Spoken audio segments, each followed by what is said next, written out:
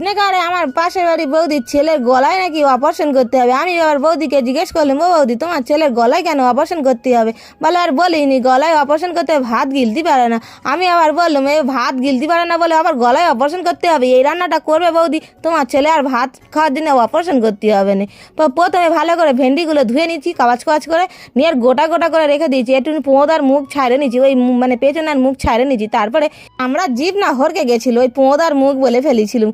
তারপরে কড়াইতে তেল দিয়ে ভালো করে নুন হলুদ দিয়ে একটু ভেজে তুলে নিচ্ছি। বেশি আবার কড়া করে ভাজলে শুটকে থাকবে, এই জন্য বেশি করে ভাজিনি, একটু হালকা করে ভেজে নিচ্ছি। আর ওই তেলের মধ্যে একটুখানি পেঁয়াজ কালো জিরে ফোড়ন দিয়ে দিচ্ছি। পেঁয়াজটা একটু লাল লাল করে ভাজ দিয়ে একটু সময় নিয়ে ভাজো।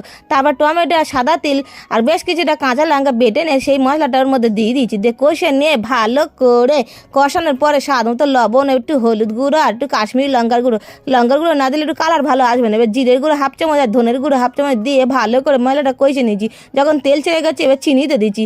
চিনি দেওয়ার পরে ভালো করে আবার একটু কষে নেওয়ার পরে গরম জল ঢেলে দিচ্ছি। এই রান্নাটার জন্য গরম জল দিলে যা স্বাদ লাগে না খেতে। আর ফুটে গেলে এবার ভেন্ডিগুলো দিয়ে দিতে হবে। এবার ভালো মতো ফুটে গেলে গামাকা হয়ে গেলি গরম গরম ভাতের সাথে তোমার ছেলের কাছে পরিবেশন করো গো বৌদি। এইবার দেবে কোন তোমার ছেলের গলায় অপারেশন করার জন্য ছুটতে হবে না ডাক্তারখানায়। এত ভালো হয়েছিল কি বলবো, খেয়ে দেখেছো কিরকম হয়েছিল?